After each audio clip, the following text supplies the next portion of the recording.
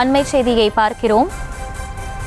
விழுப்புரம் உள்ள தனியார் விடுதியில் யானை தந்தத்தால் செய்யப்பட்ட 3 கோடி ரூபாய் மதிப்பிலான சிலைகள் பறிமுதல் செய்யப்பட்டுள்ளன. விவரங்களை செய்தியாளர் தாமோதரன் வழங்க கேட்கலாம். தாமோதரன், முழு விவரங்கள். வணக்கம்.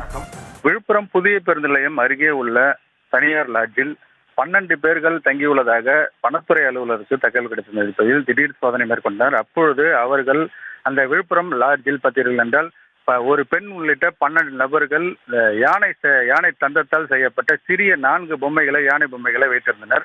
அந்த பொம்மைகளானது சுமார் ஒரு பொம்மையும் 75 லட்சம் ரூபாய் என மொத்தம் 3 கோடி ரூபாய் மதிப்பு என கூறப்பட்டு வருகிறது. அந்த பொம்மைகளை, இந்த யானை தந்தத்தால் செய்யப்பட்ட பொம்மை என கூறப்பட்ட அந்த பொம்மையினை விற்பனை செய்வதற்காக அவர்கள் அங்கே பதுங்கின்றதாக கூறப்பட்டு வருகிறது.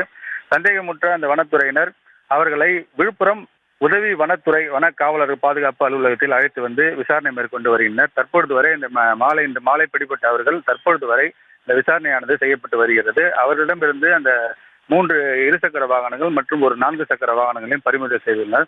இவர்கள் இந்த பிடிப்பட்ட 12 நபர்களும் தமிழகத்தில் பல்வேறு பகுதியை சேர்ந்த திருச்சி, தருமபுரி உள்ளிட்ட பல்வேறு பகுதிகளை சேர்ந்தவர்களாக இருக்கின்றனர். இவர்களிடம் தீவிரமாக விசாரணை மேற்கொண்டு வருகின்றனர். இந்த வனத்துறை அலுவலர்கள் இந்த பிடிப்பட்ட இந்த பொம்மை, இந்த யானை தந்தத்தால் செய்யப்பட்ட பொம்மை, சிறிய ரக பொம்மை உண்மையிலேயே யானை தந்தத்தால் செய்யப்பட்டதா இல்லது வேற ஏதாவது போலியாக வைத்து வியாபார நோக்கில், ஏமாற்றும் நோக்கில் செயல்பட்டு வருகின்றனர் என்ற பல்வேறு கோணங்களில் வனத்துறை அதிகாரிகள் தற்போது தீவிரமாக விசாரணை மேற்கொண்டு வருகின்றனர்.